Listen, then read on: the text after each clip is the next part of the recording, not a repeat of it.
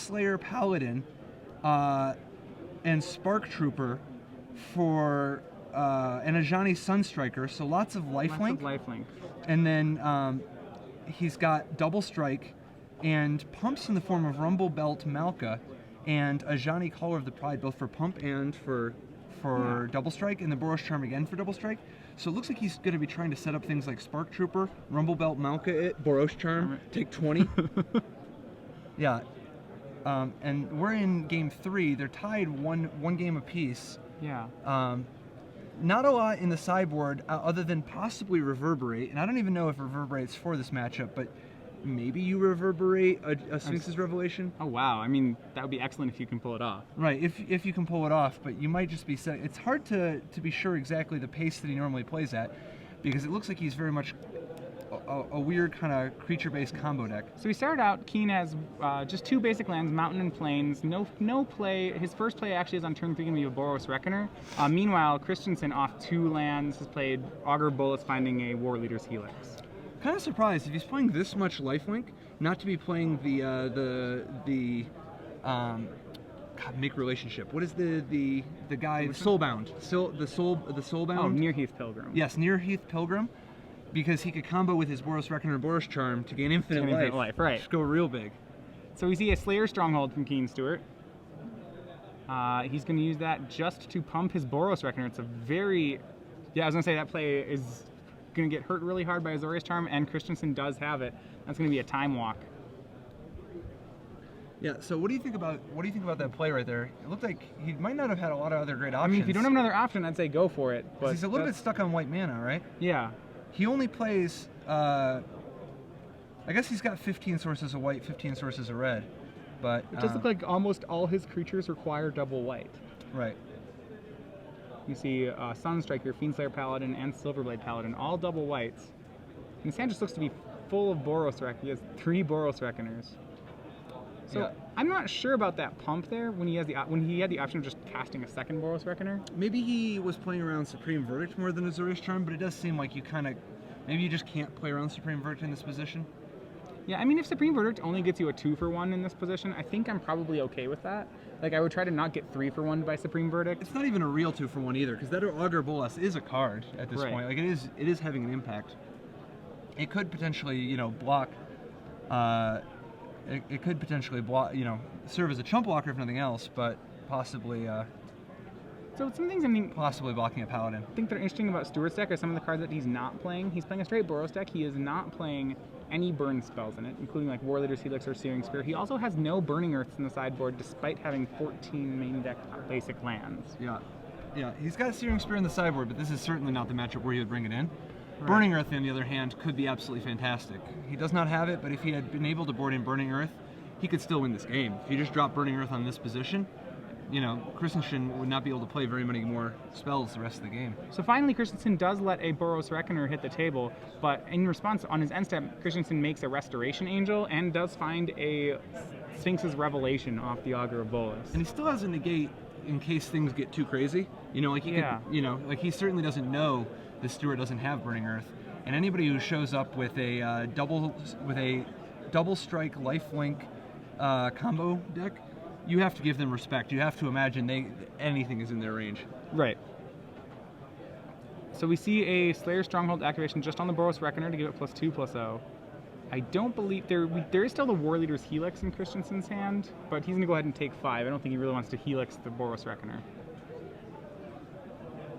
Right. So, I mean, certainly Christensen has a lot of great tools and is ahead, but the game is not by any means locked up. No. Oh, wow. Detention Sphere. That was certainly the one of the best possible cards he could draw in that position. Yeah. Detention Sphere. Now he's got him on a real short clock. He's got, the board beats him in 3 turns. The War Leader's Helix speeds it up by another turn. Right, and he had a Pillar of Flame to go with it, so... Absolutely. Yeah.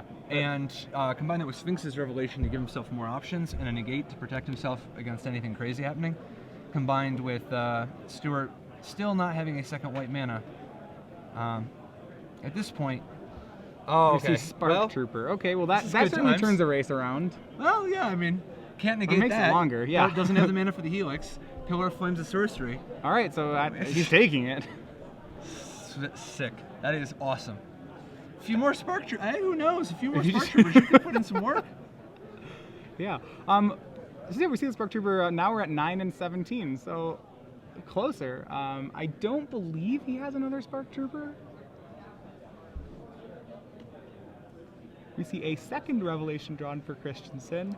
At this point, Christensen's got to be looking a lot more towards the Sphinx's revelation just to gain some life. Right. You know, like, whoa, who knows? Okay, I just yeah. got drained for 7, and my negate didn't help me. Let's just make sure. Let's get this under control here. Yeah, it's like his best defense is to. I think what he's doing is to hold up War Leader's Helix for another Spark Trooper, and then if he doesn't see one, to Revelation. Yeah, absolutely. I mean, you have to be worried when you see a Spark Trooper, right? Because no one just plays one Spark Trooper. When you see one, you have to assume there's 3 more in the deck. Yeah, he definitely has all the right tools, though, so I wouldn't be too worried about it. But at the same time, it's wow, Boros Reckoner. You don't want a War Leader's Helix that. Nope.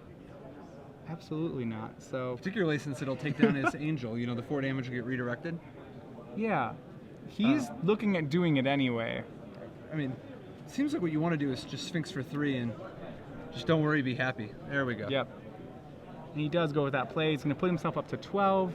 I mean, and this is where blue, white, red flash does what Esper can't do, is that Joseph can have the option just to race here instead of actually answering all these cards. Yeah, I mean, that is one of the advantages to having all these burn spells, is that at a certain point you can switch modes and be like, you know what? Let's go aggro control. You see Clifftop Retreat, 7th land into play.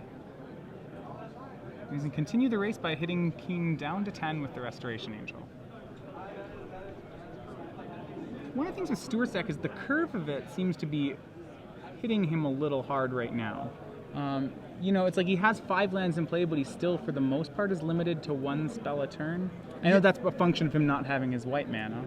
He does, I mean, even though he hasn't had his white mana, he's been able to play a card every turn. Right. This is one of the risks when you play only 24 land in a deck that contains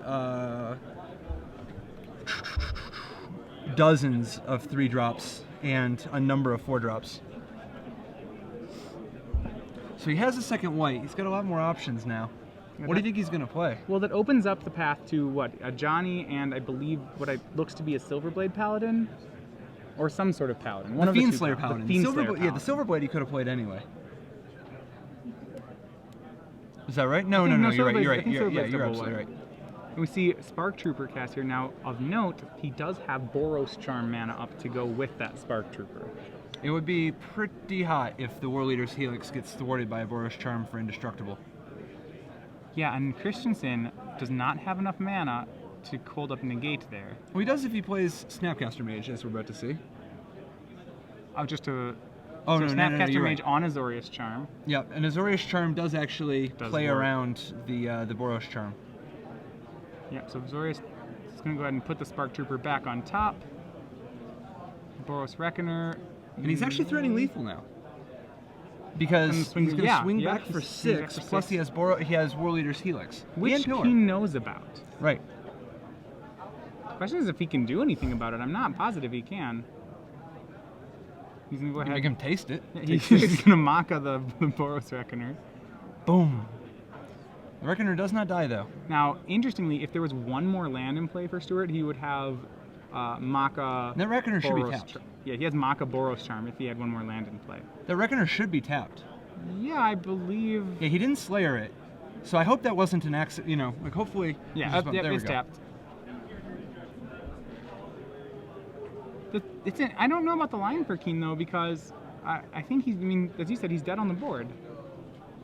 And he knows about the War Leader's Helix. So we'll see if Christensen puts that together and start with the swing for 6. Looks like he has found it. Well, he didn't really have any other options. That's so fair. Maybe he was, hopefully he was just hoping that Christensen would forget about War Leader's Helix. And he's going to go for the dome with War Leader's Helix. He does, and that should be the match. And there we go. Joseph Christensen, Blue White Red Flash, defeating Keane Stewart's Boros aggro deck 2-1. In what I think turned out to be a closer game than I had initially anticipated there. The Spark Trooper really actually pulled a lot of weight. Yeah, I mean, it definitely is an unorthodox approach that can have us, you know, it's a high impact card. when you play with more slower, bigger cards. Yeah. Active player, finish your turn. There are 5 additional turns. But Christensen plays very deliberately, very carefully, and secures the win. Yeah, I'm not even sure I would call this Boros aggro. This is kind of It's like Boros mid-range. yeah, a combo deck. Like, it's kind of a mid-rangey combo deck that just does real big, swingy things. Yeah. The card I'm interested in is a